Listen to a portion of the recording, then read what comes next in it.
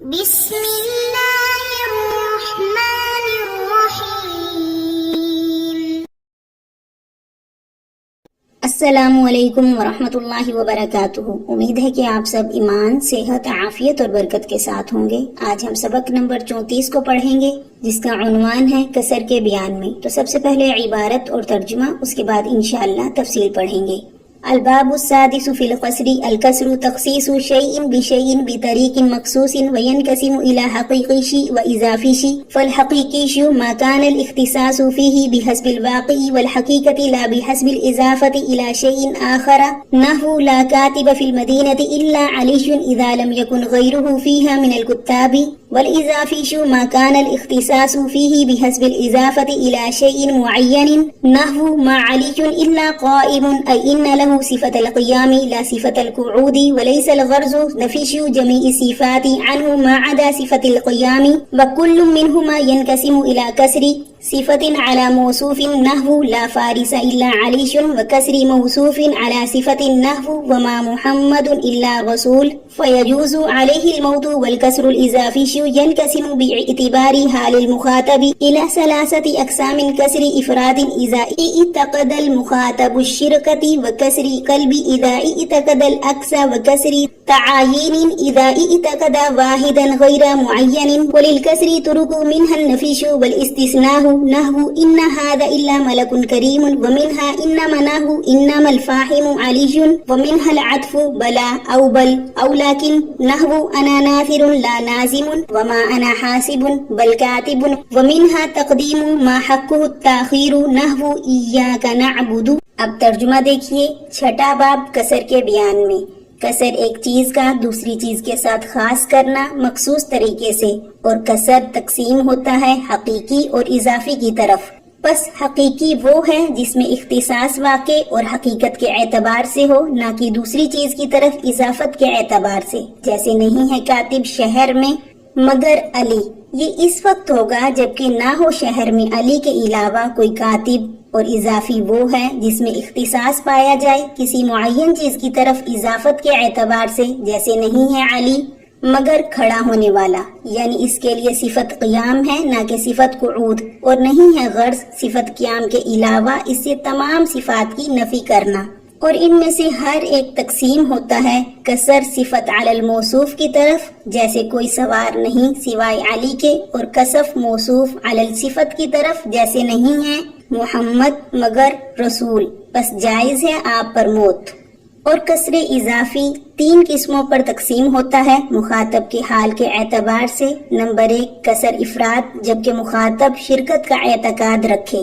Number 2 کسر قلب، جبکہ عکس حکم کا اعتقاد رکھے۔ نمبر 3 کسر تعیین، جبکہ مخاطب اعتقاد رکھے غیر معین واحد کا۔ اور کسر کے مختلف طریقے ہیں، ان میں سے نفی اور استثناء ہے، جیسے نہیں ہے یہ مگر معزز فرشتہ، اور ان میں سے انما ہے بے شک سمجھدار علی ہے، اور ان میں سے عطف کرنا ہے لا بل اور لیکن کے ذریعے، جیسے میں نثر کہنے والا ہوں نہ کہ نظم کہنے والا، اور میں حساب کرنے والا نہیں ہوں بلکہ کاتب ہوں، اور ان میں سے تقدیم ما حق تاخیر ہے، جیسے کہ ہم تیری ہی عبادت کرتے ہیں۔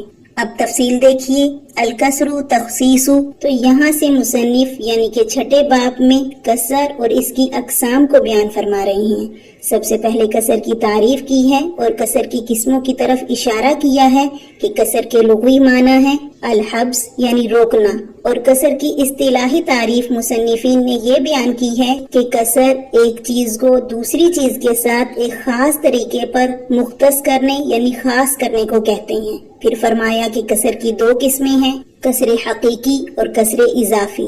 تو کسر حقیقی ایک چیز کا دوسری چیز کے ساتھ باعتبار حقیقت خاص کرنے کا نام ہے، اس طریقے پر کہ پہلی چیز دوسری چیز کے علاوہ کسی چیز میں نہ پائی جائے، اور اس کی وضاحت مصنفین نے لا بحسب الاضافة الى شيء آخر اس سے کی ہے، یعنی یہ اختصاص حقیقت کے اعتبار سے نہ ہو نہ کہ کسی دوسری شے کے اعتبار سے، یعنی کسی دوسری چیز کی طرف نسبت کرتے ہوئے، جیسے کہ لا کاتب فی المدینہ الا علی، شہر میں علی کے علاوہ کوئی کاتب نہیں ہے۔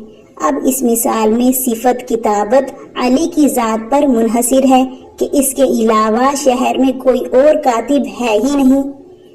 اب یہ کہنا اس وقت صحیح ہوگا جبکہ حقیقت میں اس کے علاوہ شہر میں کوئی کاتب نہ ہو۔ اور کسر اضافی کی وضاحت یوں کی ہے کہ کسر اضافی اس اختصاص کو کہتے ہیں جس میں حصر بعض کے اعتبار سے ہو، یعنی ایک چیز کا دوسری چیز کے ساتھ بنسبت کسی معین چیز کے خاص کرنا، نہ کہ حقیقت کے اعتبار سے۔ جیسے ما علی الا قائم، علی کھڑا ہے، تو اس مثال میں علی کے لیے صفت قعود کے مقابلے میں صفت قیام کا کسر کیا گیا ہے، نہ کہ یہ کہ علی سے قیام کے علاوہ بقیہ دیگر اوصاف ہی کی نفی کی گئی ہے۔ آگے وَكُلٌّ مِّنْهُمَا، یہاں سے حضرات مصنفین یہ بتانا چاہتے ہیں کہ کسر حقیقی اور کسر اضافی ان دونوں میں سے ہر ایک کی دو قسمیں ہیں، اور یہ تقسیم کسر کے دونوں طرف مکسور اور مکسور علیہ کے اعتبار سے ہے۔ گویا کہ یہ 4 قسمیں بن گئی۔ نمبر 1، موصوف کا صفت پر کسر حقیقی۔ نمبر 2، صفت کا موصوف پر کسر حقیقی۔ نمبر 3، موصوف کا صفت پر کسر اضافی۔ نمبر 4، صفت کا موصوف پر کسر اضافی۔ اب ہر ایک کی تفصیل کو سمجھیے۔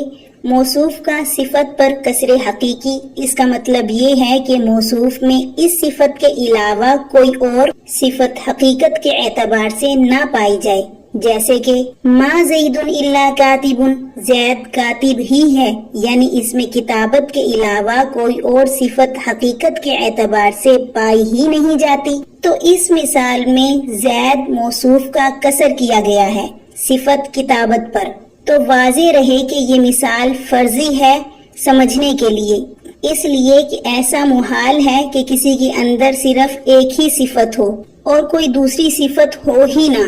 اور دوسرا، صفت کا موصوف پر کسر حقیقی، یعنی وہ صفت اس موصوف کے علاوہ کسی اور موصوف میں باعتبار حقیقت نہ پائی جائے۔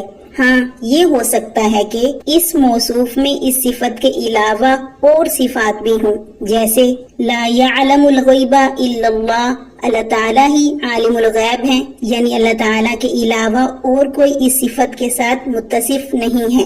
ہاں، البتہ اللہ تعالیٰ اس صفت کے علاوہ اور بھی بہت سارے اوصاف سے متصف ہیں، مثلا سمیع ہونا، بصیر ہونا، خالق المالک ہونا، خالق و مالک ہونا وغیرہ۔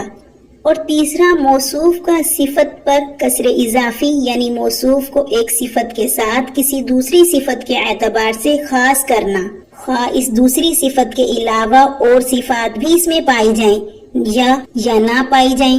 مثلا ایک شخص زید کو کاتب اور شاعر 2 صفتوں سے متصف سمجھتا ہے، حالانکہ وہ کاتب تو ہے اور شاعر نہیں ہے، تو اس وقت کہیں گے ما زید الا کاتب، زید کاتب ہی ہے۔ تو اس مثال میں زید موصوف کا صفت کتابت پر کسر کیا گیا ہے، مگر صفت شاعری کے اعتبار سے، یعنی زید شاعر نہیں، خواہ شاعری کے علاوہ اور بہت سی صفتیں اس کے اندر پائی جاتی ہوں۔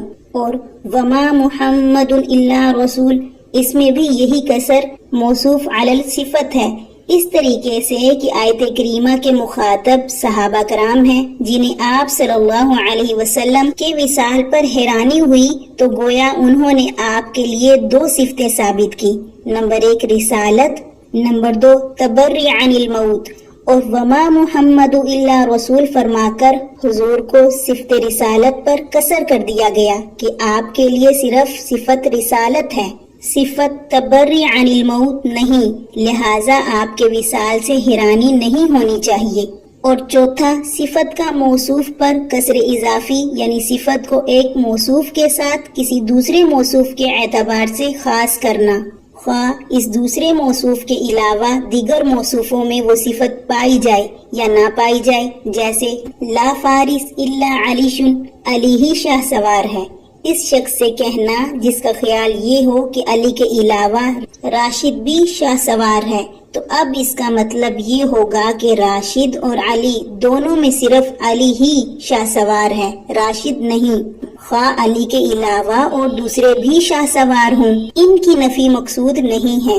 والکسر الاضافی ینقسم، تو یہاں سے مصنفین فرماتے ہیں کہ مخاطب کے حال کے اعتبار سے کسر اضافی کی 3 قسمیں ہیں، کسر افراد، کسر قلب اور کسر تعیین۔ تو کسر افراد یہ ہے کہ مخاطب شرکت کا گمان رکھتا ہو اور متکلم ایک پر منحصر کر دے، جیسے ما قائم الا زید، صرف زید ہی کھڑا ہے۔ اس شخص سے کہنا جو یہ گمان رکھتا ہو کہ زید اور عمر دونوں کھڑے ہیں، گویا کہ متکلم نے زید پر کھڑے ہونے کا قصر کر کے شرکت کا گمان ختم کر دیا۔ اور کسر قلب یہ ہے کہ مخاطب متکلم کے خلاف خیال رکھتا ہو، مثلا مخاطب یہ خیال رکھتا ہو کہ صرف عمر ہی کھڑا ہے، تو اس وقت ما قائم الا زید کسر قلب کی مثال ہوگی، اس لیے کہ یہ مخاطب کے خیال کے بالکل خلاف ہے۔ اور کسر تعیین یہ ہے کہ مخاطب متردد ہو، وہ نہیں جانتا کہ زید کھڑا ہے یا عمر،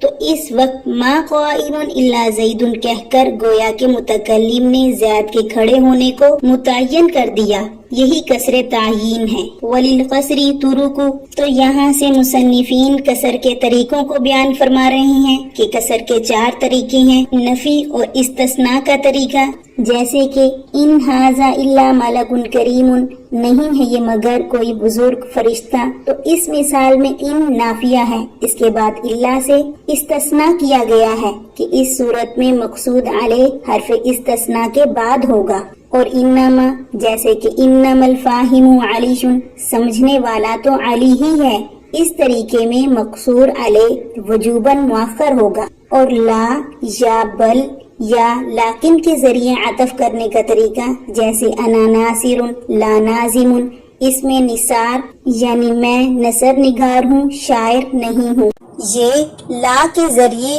عطف کی مثال ہے۔ ما انا حاسب بل کاتب، میں حساب داں نہیں ہوں بلکہ کاتب ہوں، یہ بل کے ذریعے عطف کی مثال ہے۔ اور اسی طرح لیکن کے ذریعے عطف کی مثال دیکھیے، جیسے ما انا طامع ولیکن قانع، میں حریص نہیں ہوں لیکن قناعت کرنے والا ہوں۔ اور عطف بھی لام مقصور علیہ لا سے پہلے ہوگا، اور عطف بھی بل اور عطف بھی لیکن میں بل اور لیکن کے بعد ہوگا۔ اور تقدیم ما حقہ التاخیر کا طریقہ، یعنی جس چیز کو مؤخر ہونا چاہیے اس کو مقدم کرنا، جیسے ایاک نعبد، ہم تیری ہی عبادت کرتے ہیں، یہاں ایاک جو کہ نعبد کا مفعول بھی ہے اس سے پہلے لایا گیا ہے، حالانکہ مفعول بھی کو فعل کے بعد آنا چاہیے تھا، اس صورت میں مقصور علیہ مقدم ہوتا ہے اور یہاں پر پہلے لایا گیا ہے۔ آج کے سبق سے متعلق کچھ سوالات ہیں، وہ نوٹ فرما لیجئے۔ سوال نمبر 1، کسر کی تعریف کریں۔ سوال نمبر 2، کسر کی کتنی قسمیں ہیں اور کون کون سی ہیں۔ سوال نمبر 3، کسر حقیقی اور اضافی کی تعریف مع امثلہ بیان کریں۔ سوال نمبر 4، کسر صفت علی الموصوف اور موصوف علی الصفت کی تعریف مع امثلہ بیان کریں۔ سوال نمبر 5، مخاطب کے حال کے اعتبار سے کسر کی کتنی قسمیں ہیں اور کون کون سی ہیں۔ سوال نمبر 6، امثلہ ذیل میں کسر کی جملہ اقسام اور طریقے کی نشاندہی کیجیے۔ انما یخشی اللہ من عبادہ العلماء۔ نمبر 2، انما الہکم الہ واحد۔ نمبر 3، لا الہ الا اللہ، انما انت مذکر۔ جزاکم اللہ خیرا۔